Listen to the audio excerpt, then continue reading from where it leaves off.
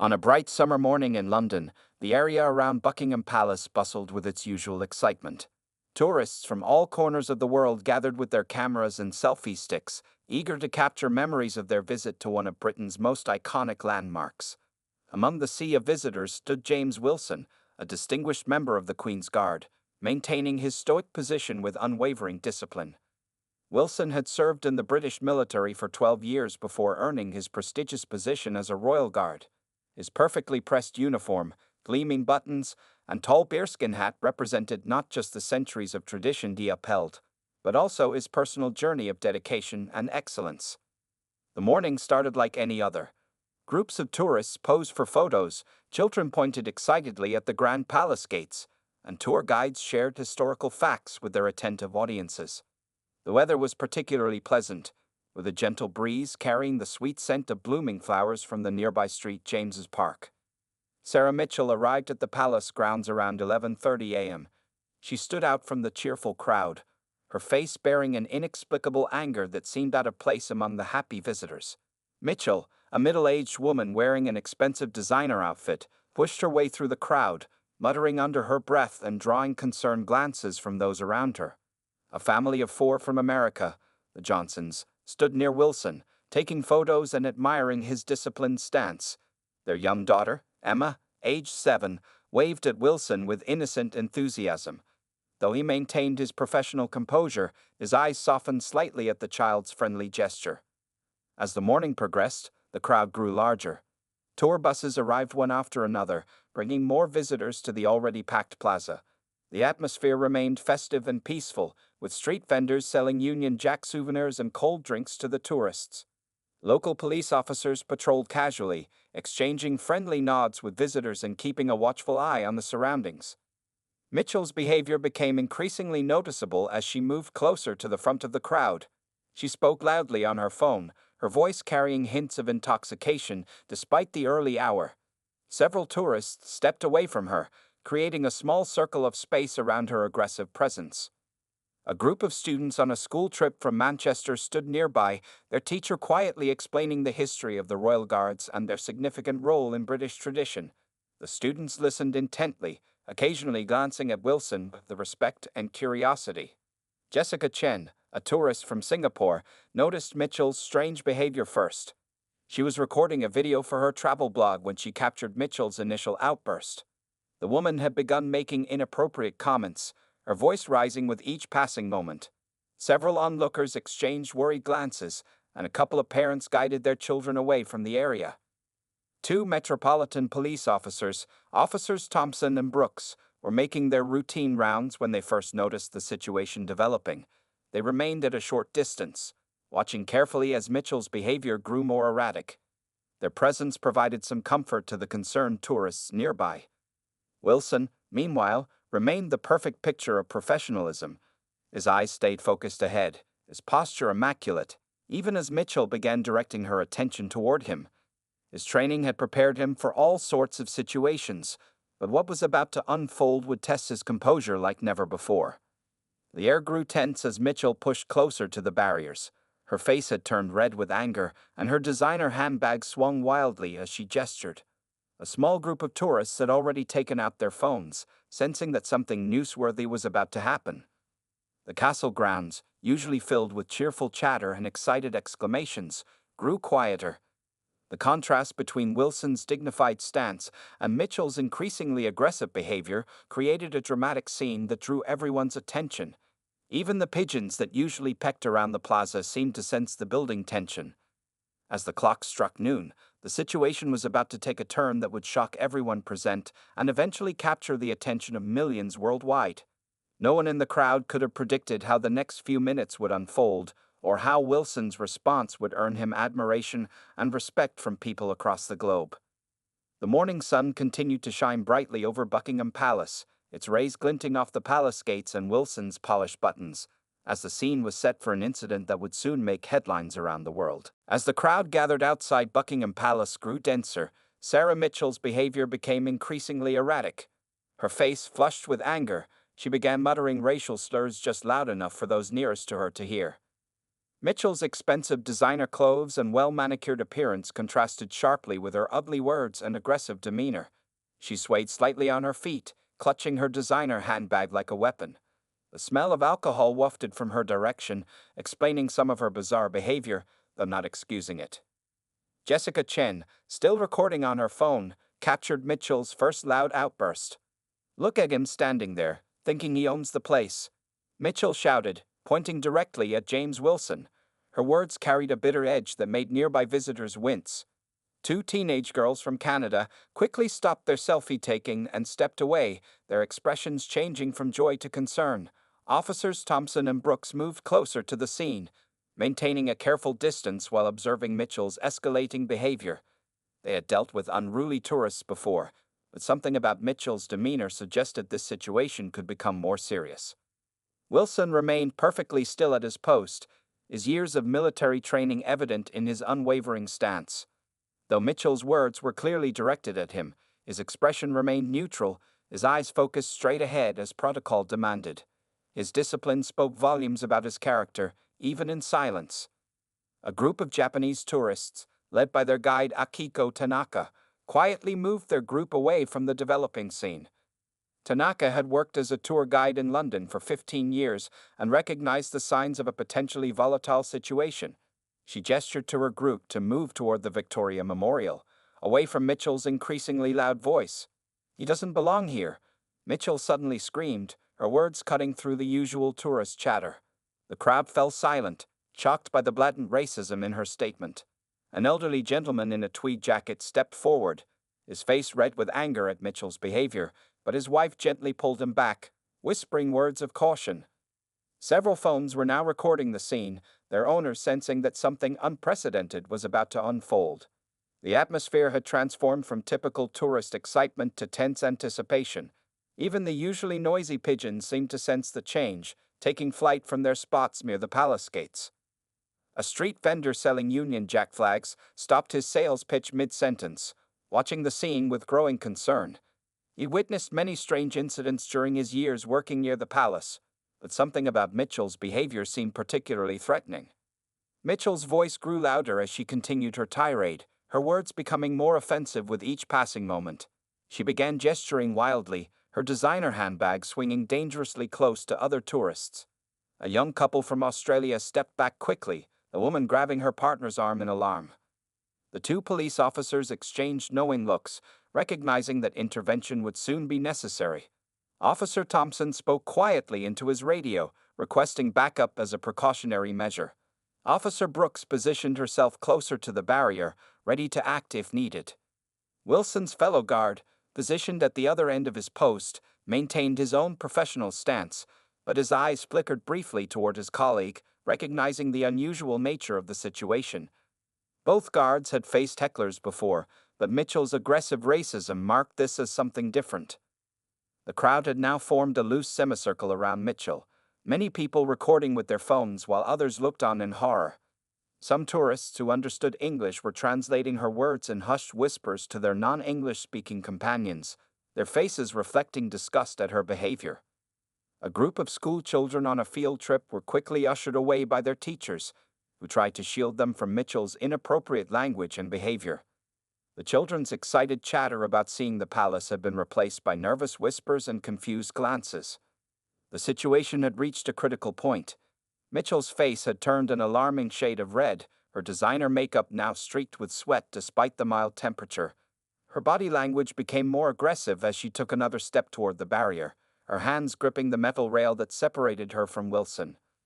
The tension in the air was palpable as everyone present sensed that something was about to happen.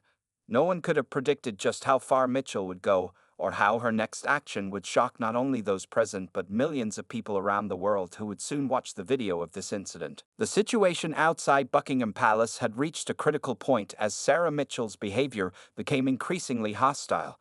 Her designer blouse was now wrinkled from her aggressive movements, and her perfectly styled hair had fallen into disarray. The crowd watched in tense silence as she gripped the security barrier, her knuckles turning white with effort.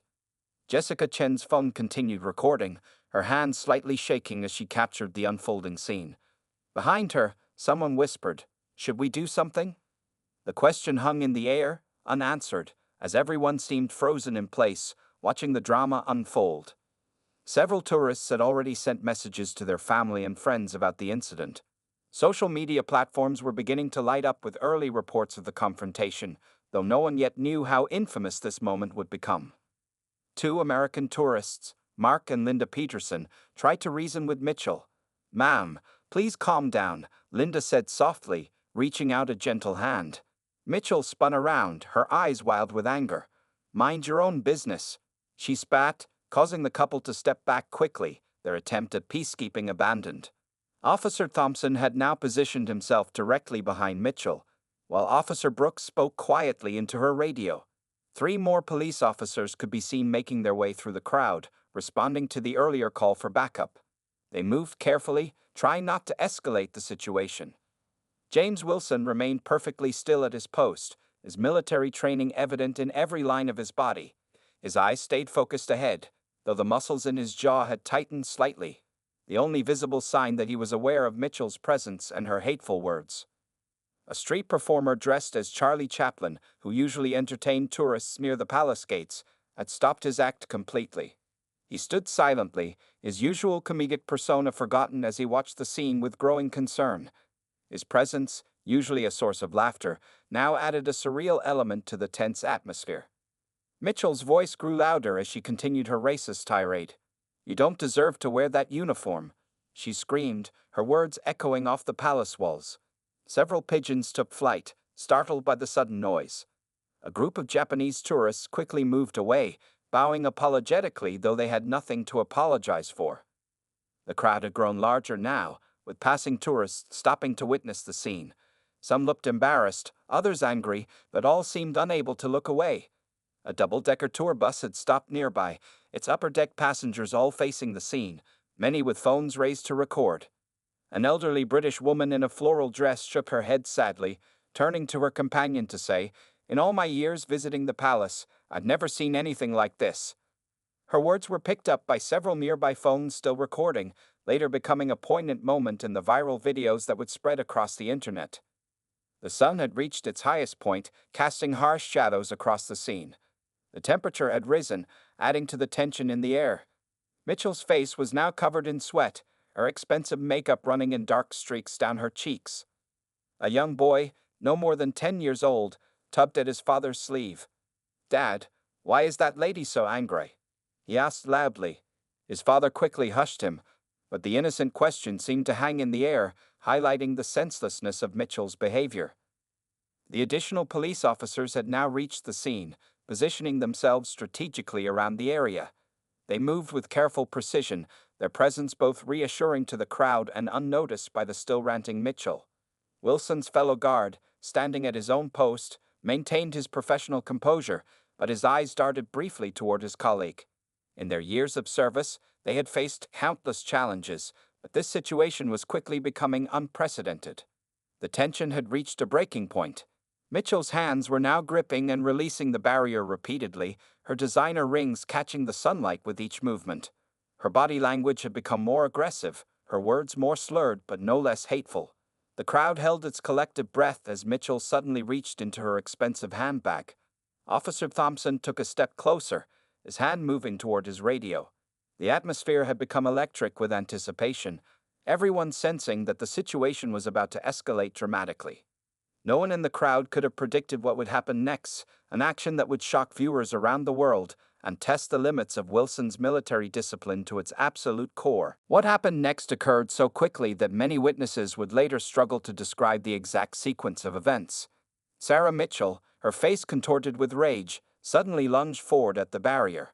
Before anyone could react, she gathered saliva in her mouth and spat directly into James Wilson's face. The crowd gasped collectively, the sound echoing across the palace grounds. Several people screamed, and many phones captured the exact moment as the spittle hit Wilson's cheek.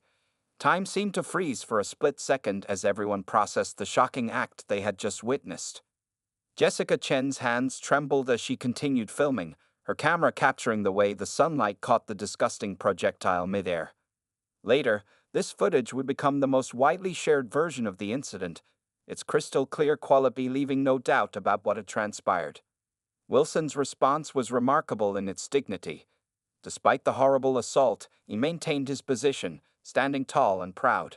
The only visible reaction was a slight tightening around his eyes, but he continued to stare straight ahead, embodying centuries of military discipline in that single moment. The crowd's shock quickly turned to outrage. Voices rose in anger, condemning Mitchell's actions. An elderly veteran in the crowd, wearing his service medals, shouted, "Disgraceful." His voice cracked with emotion as he witnessed the disrespect shown to a fellow serviceman.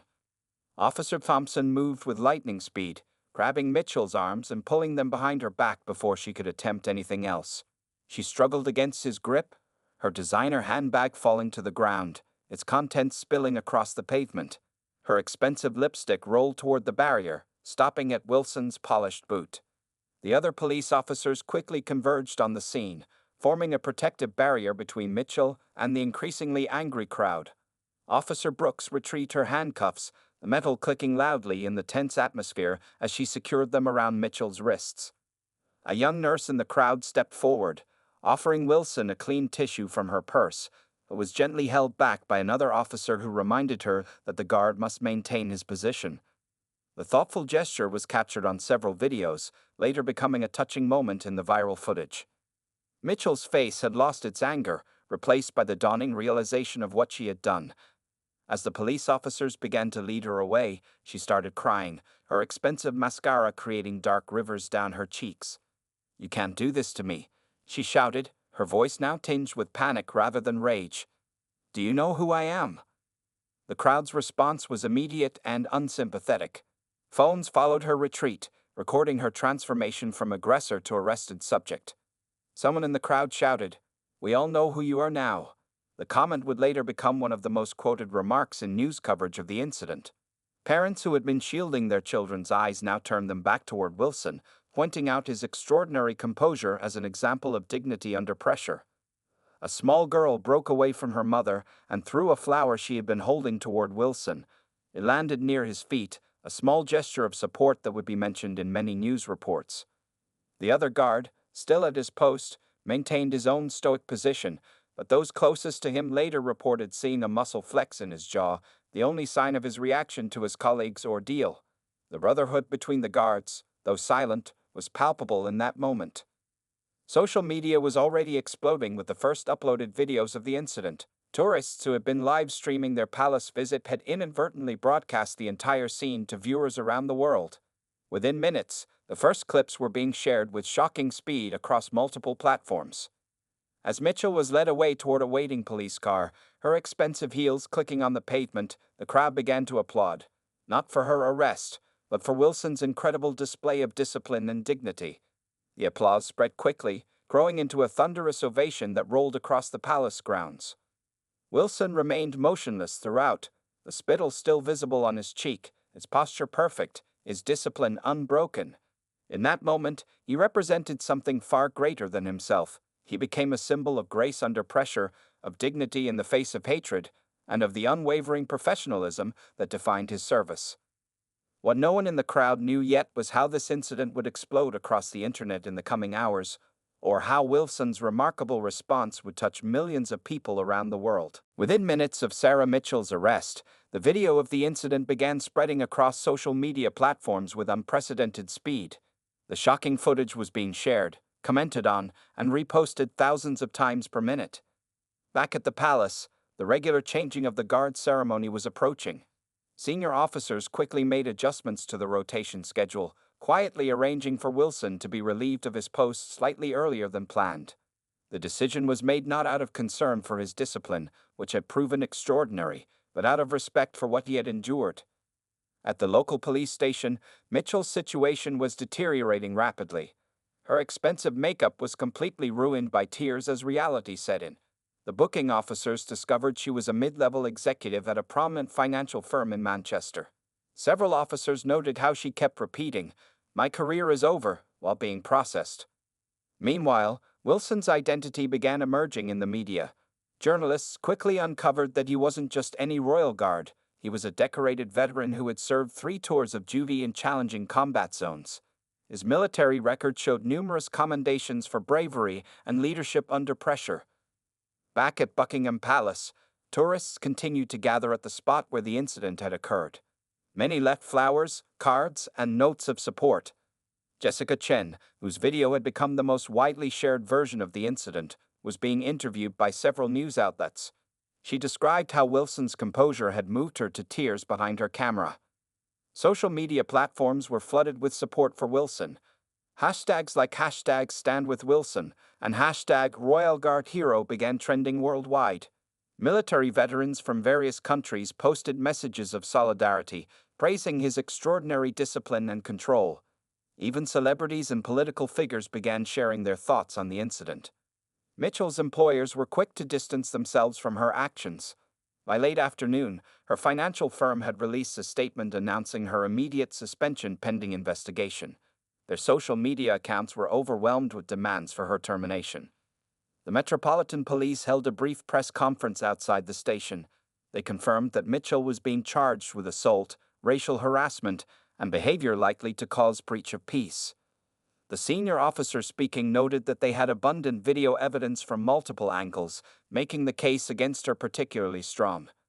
At his home that evening, Wilson was surprised to find journalists camped outside. His neighbors had formed a protective barrier, refusing to give interviews but sharing stories about his character. How he volunteered at local youth centers, helped elderly neighbors with their gardens, and always had a kind word for everyone regardless of their background. Medical professionals were consulted about the risks Wilson faced from the spitting incident. A doctor appeared on evening news programs explaining the potential health hazards of such an assault and praising the prompt medical attention Wilson received after being relieved of his post.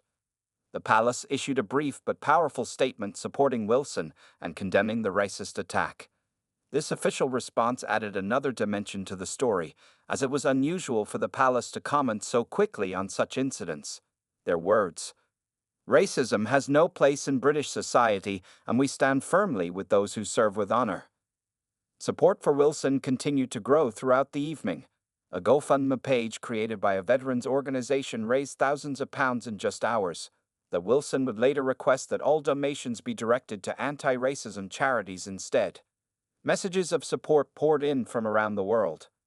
Former military colleagues shared stories of Wilson's character and leadership. His former commanding officer gave a powerful interview describing Wilson as the very best of British military tradition. As night fell in London, the incident had become the most discussed topic on social media platforms globally. Behavioral experts appeared on news programs, analyzing Wilson's extraordinary self-control and explaining how his response represented the highest standards of military training and personal character. The story had touched a nerve worldwide, highlighting both the ugly face of racism and the powerful dignity of one man's response to it. As Wilson prepared for his next duty shift, few knew that this incident would lead to even more extraordinary developments in the days to come. The video of the incident had been viewed millions of times by bedtime in London, and the number was still climbing.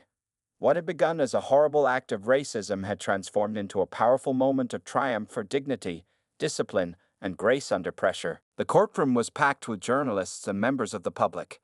As the charges were read, assault, racial harassment, and behavior likely to cause breach of peace, Mitchell kept her head down, avoiding the stern gaze of the magistrate. Her lawyer, a high-priced solicitor from a prestigious London firm, looked concerned as he reviewed the overwhelming evidence against his client. Outside the courthouse, protesters had gathered holding signs condemning racism and supporting James Wilson. The crowd included people from all walks of life, veterans in their service medals, young activists with handmade posters, and ordinary citizens who felt compelled to take a stand. Meanwhile, Mitchell's life was unraveling rapidly. Her employer, the prestigious financial firm, released a formal statement announcing her immediate termination. Their press release emphasized their zero-tolerance policy for racism and discriminatory behavior. The company's stock price had taken a slight dip as social media users called for boycotts. At her Manchester apartment, neighbors reported seeing removal vans. Mitchell's family had hired a crisis management team to help handle the situation, but the damage to her reputation seemed irreparable. Social media users had uncovered past incidents of problematic behavior, creating a damaging pattern that spread across the internet. The video of the incident had reached new heights of visibility. International news organizations were running the story, with many focusing on Wilson's extraordinary composure. Military experts appeared on news programs, explaining the intense training and discipline required to maintain such composure under assault. Wilson's story continued to captivate the public. Journalists had discovered his work with local youth organizations, where he mentored young people from disadvantaged backgrounds. Former colleagues came forward with stories of his leadership during military service, painting a picture of a man who had dedicated his life to service and breaking down racial barriers. The palace announced that Wilson would receive a special commendation for his conduct.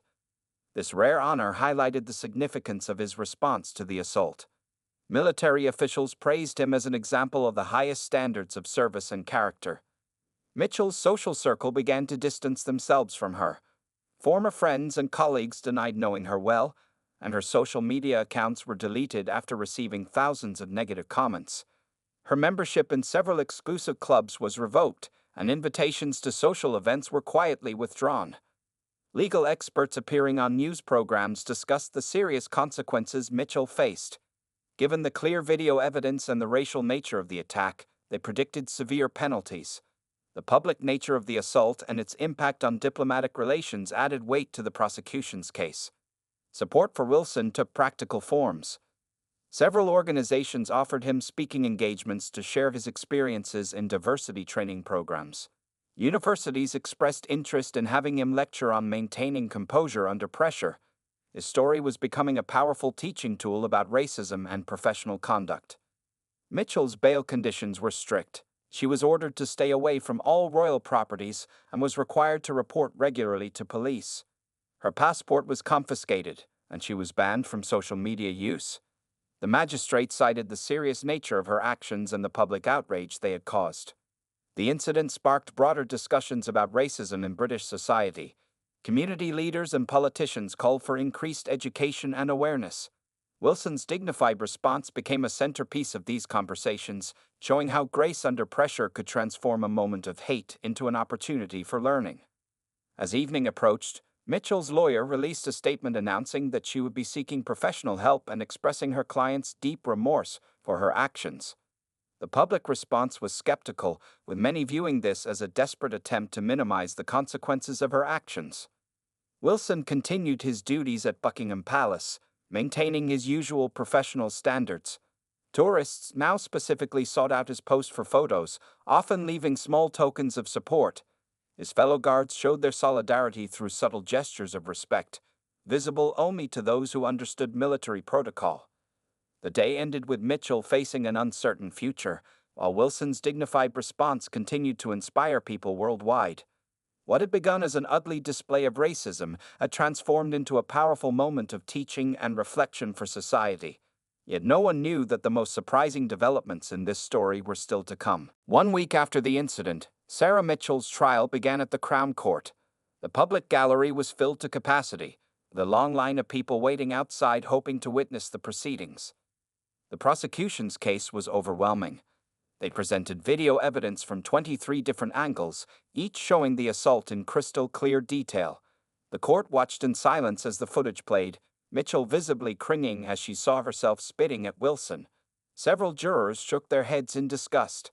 Expert witnesses took the stand to explain the severity of the assault. A medical professional detailed the health risks associated with spitting, while a cultural expert discussed the particularly degrading nature of the act. A military specialist explained the extraordinary level of discipline Wilson had displayed in maintaining his composure. Outside the courtroom, Mitchell's life continued to collapse. Her bank accounts had dwindled as legal fees mounted. The state agents reported that she had been forced to list her luxury apartment for sale. Her expensive car had already been sold to help cover mounting costs. Former friends admitted to reporters that she had shown racist tendencies before, but they had never expected such a public display. Meanwhile, James Wilson's story took an unexpected turn. Major universities began inviting him to speak about resilience and dignity under pressure. The military incorporated video of the incident into their training programs, using his response as an example of perfect discipline. Youth organizations requested his presence at their events, seeing him as a powerful role model. During the trial's second day, the defense attempted to paint Mitchell's actions as an alcohol-fueled mistake, However, their argument crumbled when the prosecution produced CCTV footage showing her making racist comments at a coffee shop earlier that morning, before any alcohol consumption. The judge, known for his strict stance on hate crimes, listened intently as character witnesses described Mitchell's previous behavior. Former colleagues reluctantly testified about casual racism they had observed in the workplace. Her own social media history, now part of the evidence, revealed a pattern of prejudiced comments stretching back years. Wilson himself was called to testify. He entered the courtroom in full ceremonial uniform, his presence commanding immediate respect. His testimony was brief but powerful, focusing on the importance of maintaining composure and treating all people with dignity regardless of their behavior. Mitchell couldn't meet his eyes as he spoke. The media coverage remained intense. International news organizations sent reporters to cover the trial, and the story continued to spark discussions about racism and public behavior. Social commentators noted how the incident had become a turning point in conversations about racial prejudice in modern Britain. As the trial progressed, Mitchell's defense team made a last-minute attempt to negotiate a plea deal. The prosecution, backed by public opinion and overwhelming evidence, stood firm. The case had become too significant to end in a simple plea bargain.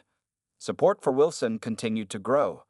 A children's book author began writing a story about maintaining dignity in the face of hatred, based on his example. Military academies included his story in their character development courses. His former regiment reported a surge in recruitment applications, with many citing his example as their inspiration. Mitchell's mental state appeared to deteriorate as the trial continued. Court observers noted how she seemed to age years in just days. Her expensive hair dye had grown out, showing gray roots, and her designer clothes had been replaced by off-the-rack outfits.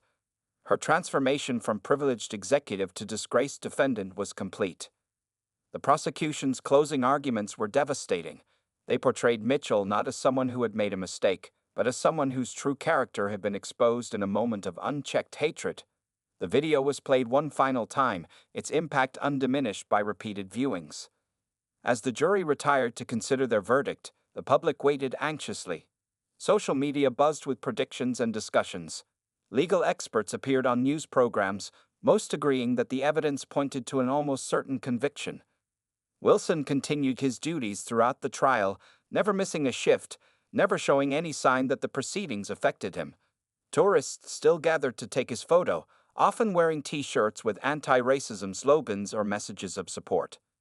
The jury's deliberation period would be surprisingly short, but their verdict would send shockwaves through British society. No one, not even the most experienced legal observers, could have predicted the final twist this story was about to take. After just 4 hours of deliberation, the jury returned with their verdict.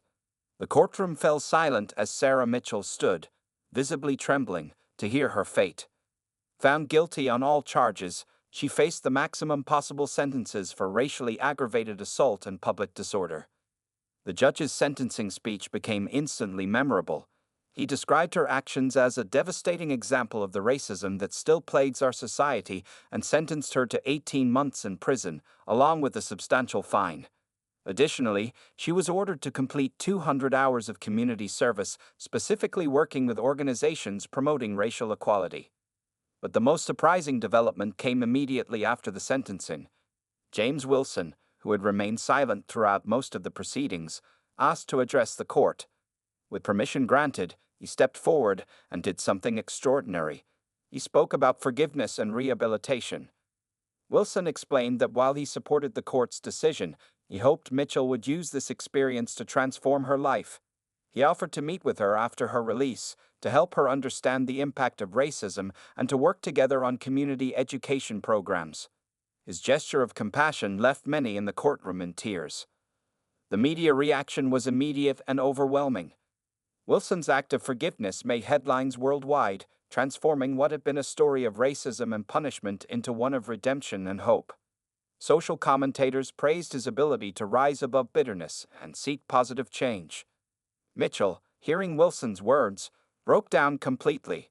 For the first time, she showed genuine remorse, asking through her lawyer to apologize personally to Wilson. Her statement, released later that day, acknowledged the deep wrongness of her actions and expressed gratitude for Wilson's unexpected compassion. The impact of Wilson's gesture rippled through society. Schools began incorporating the entire story, from the assault to the forgiveness, into their anti-racism curriculum. Religious leaders cited it as an example of true grace under pressure. Conflict resolution experts studied it as a model of transformative justice. Following her sentencing, Mitchell began her prison term at a minimum security facility. Her first few weeks were difficult, but inspired by Wilson's example, she started participating in prison education programs focused on addressing racial bias. Her progress reports showed genuine efforts at change. Wilson's career took an unexpected turn. While maintaining his position as a royal guard, he accepted invitations to speak at major conferences about tolerance and forgiveness. The military created a new award in his name, recognizing service members who demonstrated exceptional character in challenging situations. The incident sparked lasting changes at Buckingham Palace. New protective barriers were installed, and protocols for handling similar incidents were updated. Tourist information now included sections about respecting guards and understanding their role in British heritage. 6 months after the sentencing, Wilson received one of Britain's highest civilian honors for his contribution to racial harmony and public service. The ceremony was attended by dignitaries from around the world, and his acceptance speech emphasized the importance of meeting hatred with dignity and anger with understanding. Mitchell's family, who had initially distanced themselves from her, began working with anti-racism organizations. They established a foundation in their name, funding educational programs aimed at preventing racial prejudice. Their efforts showed how one family's shame could be transformed into positive action. A year after the incident, documentary filmmakers produced a powerful piece tracking both Wilson's and Mitchell's journeys. The film became a tool for training law enforcement officers and military personnel worldwide in maintaining composure during confrontations. Wilson's example inspired a new generation of military recruits. Applications to join the Royal Guards increased significantly, with many candidates citing his handling of the incident as their inspiration. His story became part of the official training manual for ceremonial guards. As Mitchell's release date approached, preparations began for the promised meeting with Wilson. Mental health professionals worked with both parties to ensure the encounter would be productive and healing. The meeting would be private, but its impact would be felt throughout society. The final chapter of this story demonstrated how a moment of ugly racism had transformed into a powerful lesson about dignity, forgiveness, and the possibility of change. Wilson's dual response, maintaining perfect discipline during the assault and showing compassion afterward, set a new standard for handling racial incidents.